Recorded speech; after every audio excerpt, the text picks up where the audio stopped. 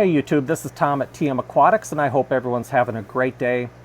Over the years, I have been asked many times what my favorite aquarium plant is, and I gotta say, I really don't have one. I've kept a lot of high-tech tanks before with a lot of hard-to-keep plants. I've kept a lot of low-tech tanks with a lot of easy-to-keep plants, and I've kept everything in the middle as well. But there's one plant that I really enjoy keeping and I like to have in my fish room at any time just because it's so versatile and it can be used many different ways, and that is pearlweed. Pearlweed is a relatively easy plant to keep, very low demanding plant, and just has a lot of positive characteristics and properties that I like. So let's take a deeper look at it and see how we can utilize pearlweed and what makes this one of the best plants, in my opinion, that you can have in a planted tank or in your fish room. Alright YouTube, for clarification, I'm not suggesting that pearlweed belongs in every planted tank. Clearly there's some situations and scapes where pearlweed just isn't going to work. To suggest otherwise, I'd be a hypocrite. Here we're looking at my planted 75 Endlers tank, and I don't have a single strand of pearlweed in this tank. Not that I'd mind, but when I planted this, it just didn't play into the scape. I do, however, have a lot of pearlweed back in the fish room, so let's go back there and check it out and see where I'm using pearlweed. Alright YouTube, we are back in the fish room, and as you can see, I am using pearlweed exclusively as a floating plant back here in some of my shrimp tanks. I don't think most people consider or think of pearlweed as a floating plant, but it's actually an excellent floating plant. Most people use pearlweed as a foreground plant or a carpeting plant, and sometimes as a mid-ground plant. But pearlweed, it's a great floater, and let me show you why. Now when most people talk or think about floating plants, this is typically what comes to mind: duckweed, frogbit, salvinia, redroot floaters, etc. But if you've kept any of these floating plants, and they do a great job, but if you've kept any of these plants, you know as well as I do, if you stick your hand or your arm or maybe a fish net in the tank, when that comes out of the water, you know it's all over it, the plants. Pearlweed is nothing like that. Okay, and here's another floating plant that I just think pearlweed is a much better choice over, and that is guppy grass.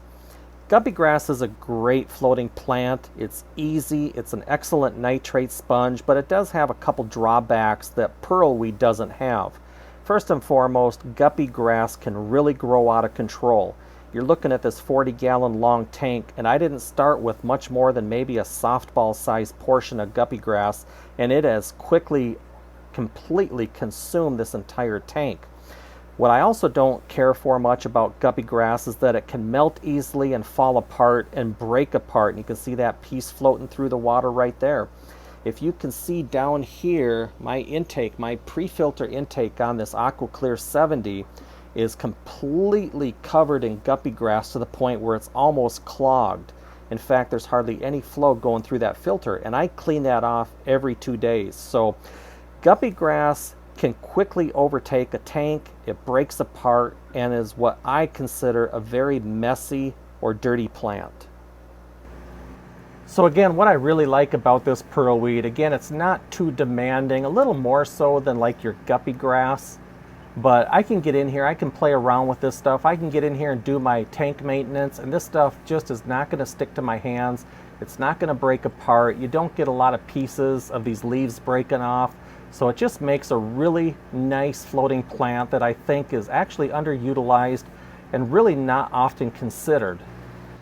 So if you go online and you look at some of the e-commerce retailers that are selling aquatic plants, and you look at their description on pearlweed, they're going to talk about this mainly as a foreground plant or a carpeting stem plant. I didn't see a single one that talks about this and how it can be utilized as a floating plant. So what is the care requirement for pearlweed? Well, if you look on the internet, you're going to see everything from low light to high light to CO2 to no CO2. What I can tell you from my own personal experience is this plant is happiest with at least medium lighting. I have kept pearlweed in some low light tanks before. It survived, but it really didn't thrive. I've also kept it in high light tanks with CO2, and it exploded. So there you have it, YouTube. That's my thoughts about pearlweed, why I think it's really one of the most underutilized and what could be really one of the most perfect floating plants. Now keep in mind, I base this video on my experience, but more importantly, my opinion.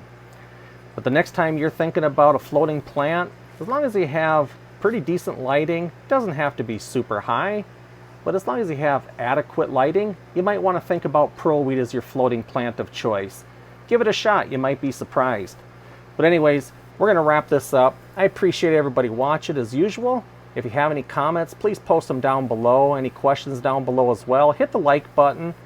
If you haven't subscribed to my channel, I'd appreciate it if you'd consider it. Until the next one, thanks again for watching, and we'll catch you later.